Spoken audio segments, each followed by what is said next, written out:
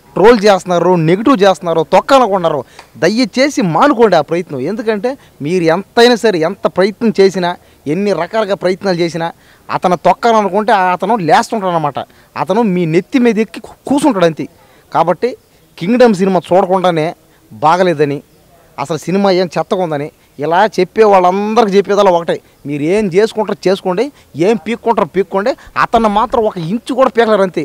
మీరు అటు అనుకునే కొంది మీరు లోపల ఎంత అయితే అతని మీద ద్వేషం పగ పెంచుకునే కొంది అతను నెంబర్ 1 స్టార్ అయిపోతాడు. అయ్యేదేందే అతను ఆల్రెడీ నెంబర్ 1 స్టారే. చూడండి, సినిమాలు గతంలో కూడా కాస్త అంతది మాత్రం అట్లా తక్కినా కూడా అతను మాత్రం స్టార్ డమ్ పోలాడుతుంది. కాబట్టి అతని సినిమా కలెక్షన్ కానీ స్టార్ డమ్ కానీ ఎక్కడ పోయిందిలే. ఎంతమంది ఎన్ని రకాలుగా మీ దగ్గర డబ్బులు ఉన్నాయా, మీ దగ్గర బలగాలు ఉన్నాయా, అతను తొక్కాలని చూసే వాళ్ళందరూ చెప్పేది ఒకటే, ఏం పీక్కుంటారు పీక్కోండి అంతే. అతను మాత్రం మీరేం చేయలేరు.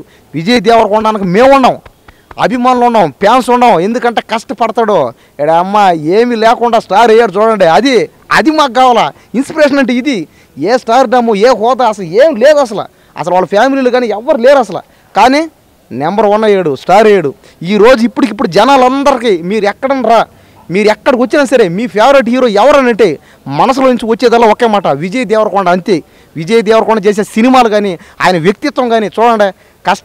కష్టపడింది కాకుండా 10 మంది పేదవాళ్ళ సహాయం మళ్ళీ అందరూ ఎవడో ఇంకా ఎందుకు నేను చెప్పలేను. అతని గురించి ఎంత చెప్పినా తక్కువేను. కాబట్టి దయచేసి విజయ్ దేవరకొండ మీద ట్రోల్ చేయడం మానేయండి. కాబట్టి దయచేసి ట్రోల్ చేయడం ఆపండి.